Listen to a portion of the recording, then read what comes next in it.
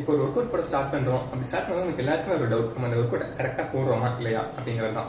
அதை நம்ம செக் பண்றது தான் நம்ம ரோம் யூஸ் பண்ணுவோம், அதாவது ரேஞ்ச் ஆஃப் மோஷன். இப்போ நம்ம ஒர்க் அவுட் போடும்போது அதில் 3 ஃபார்ம்ஸஸ் நம்ம சொல்லுவோம்: கான்சென்ட்ரிக், எசென்ட்ரிக் அண்ட் ஐசோமெட்ரிக். இந்த கான்சென்ட்ரிக் ஃபேஸ் என்ன அப்படின்னா நம்மளோட மசில் ஷார்டன் ஆகிற ஃபேஸ்.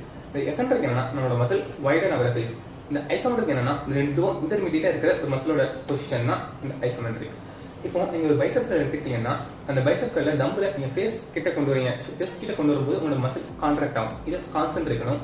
இந்த டம்பிள உங்க செஸ்ட்ல இருந்து அவையா கொண்டு போகும்போது நம்மளோட மசில் ஒயர்ட் ஆகும். இதை எசென்ட்ரிக்கணும். இந்த ரெண்டு நாளைக்கு இன்டர்மீடியட் பொசிஷனை ஐசோமெட்ரிக்கணும் சொல்லுவாங்க.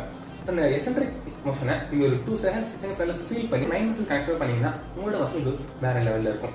ஸோ நீங்க நெக்ஸ்ட் டைம் ஒர்க் அவுட் பண்ணும்போது இந்த இதை மைண்ட்ல வச்சுட்டு பண்ணுங்க. Concentric, eccentric, isometric. Muscle short ஆகுறது கான்சென்ட்ரிக், வைடன் ஆகுறது எசென்ட்ரிக், ரெண்டு உள்ள intermediate form isometric. And thanks for வாட்சிங். அண்ட் அந்த ஃபாலோ பண்ண நெக்ஸ்ட் எல்லாமே தட்டிட்டு இருக்கேன்.